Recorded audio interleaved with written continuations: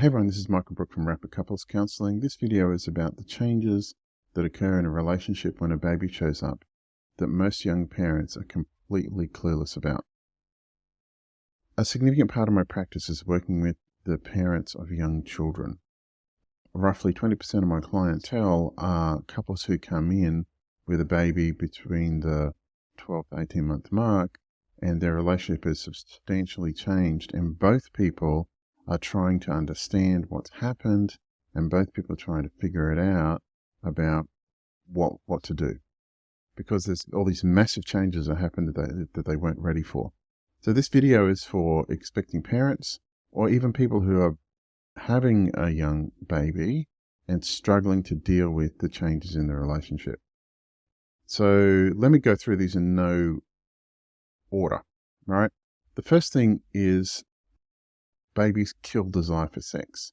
There's a number of hormonal and neurological changes that occur in both men and women that kill the desire for sex. Nature's way of making sure women don't get pregnant immediately after having a child, so that the probability of both children surviving or a child surviving is enhanced. Normally, in the first 6 months of a baby showing up, men's testosterone levels decrease by 30 to 40%. Men's testosterone levels and their sex drive typically dies like crazy in the first 6 months of a baby showing up. Now, a lot of men are like, what's going on? I just don't have any desire for sex. That's the first one. Women also experience a massive drop in sex drive, typically after a baby shows up. Now, it's not all the time. Approximately 20% of women say the constant stimulation from breastfeeding makes them quite turned on. That's only about 20%. The rest of the female population experiences a massive drop in their desire for sex in the first 12 to 18 months of a baby. The rest, approximately 80% of women, say they experience a massive drop in their sex drive in the first 12 to 18 months of a baby being there, for a number of reasons. Firstly is they're getting their oxytocin from breastfeeding the child. Oxytocin is the hormone that's released when people experience physical connection, when they experience sex, and when they experience orgasm. But also a lot of women, so women experience a shot of oxytocin, or they get oxytocin released into their system every single time they breastfeed. So the need to feel loved, connected, that they would have previously got from having sex with their partner, same shot of oxytocin they used to get from having sex with their partner, they're actually getting now from breastfeeding. And so a lot of women don't have the desire to connect with their partner, not because they don't love them, but because that need of oxytocin is being met from breastfeeding. This creates a substantial drop in sexual desire for women when they're breastfeeding. A lot of men can experience a lot of negative emotions around being desired and desirable, so when their partner's getting all their needs met from the baby, more or less. And it can be a profoundly dislocating and negative thing for men to deal with. Yeah, they feel like they're just a complete passenger. A lot of men would say that they feel like they're no longer wanted, they're no longer desired, and that they're just there to make money, and their wife and the baby are completely self-contained. And that's not a good place for guys to be, and it's not a good place for the relationship to be. But that's quite common. The next thing is both people in the relationship have a substantial probability of experiencing postnatal depression.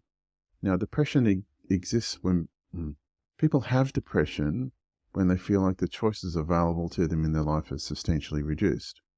A significant proportion of both men and women experience postnatal depression because they feel like a lot of their choices in life are no longer available for them. And when people experience a substantial drop in the amount of choice they have in their lives, they experience depression. And so roughly 25% of women and roughly 15% of men experience postnatal depression, but I would suggest it's probably substantially underreported. That's quite a common phenomenon. The next thing is people experience a substantial change in their sense of self and sense of identity. Who you were as an individual and who you were as a person changes when a baby shows up. You're no longer a single person. You're no longer, a partner for someone. You're a mum and you're a dad. And those changes in identities produce changes in roles. And that can be profoundly dislocating for a lot of people. And the final one is one thing that a lot of people don't recognize, is that your time horizons really change. Instead of making decisions based on what you want to do in 6 months, 12 months, 2 years, or 5 years, you have a small person you have to care for a minimum of 18 years. What the time consideration you have for making your decisions changes substantially. And a lot of people notice they end up taking a lot less risks once they have kids, because the consequences of having a risk in terms of like maybe a job or setting up a business, the consequences of failure is profound for everyone, including the children. These are a number of the things that tends to happen in young. These are a number of things that tend to happen when a baby shows up in a relationship. So there's a change in desire, there's a change in identity, there's a change in sexual engagement, there's a change in time horizons, and there's a significant chance of having depression for both people. So these are the different things that can occur. Understanding that they might happen is really helpful in taking action, immediate action, when they show up. Understanding these things is incredibly important.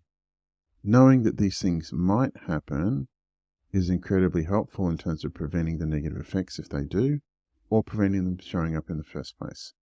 And there's a number of things that you can do in order to make sure your relationship can deal with the challenges of having a new baby and enjoying positive things from having a new baby, as well as maintaining your relationship so that you can nurture each other whilst you're nurturing the new small person that's come into your life.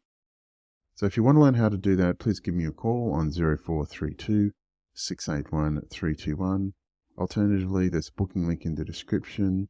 If you want to check out the booking link and book in a session to learn what you can do in order to maintain your relationship when a child shows up, please click on the link and book in a session, and I'll be happy to talk to you about that. Thanks very much for your time. Please like and subscribe to the channel, and click the notification bell, and put comments in the video if this has assisted you. Thanks very much. Bye.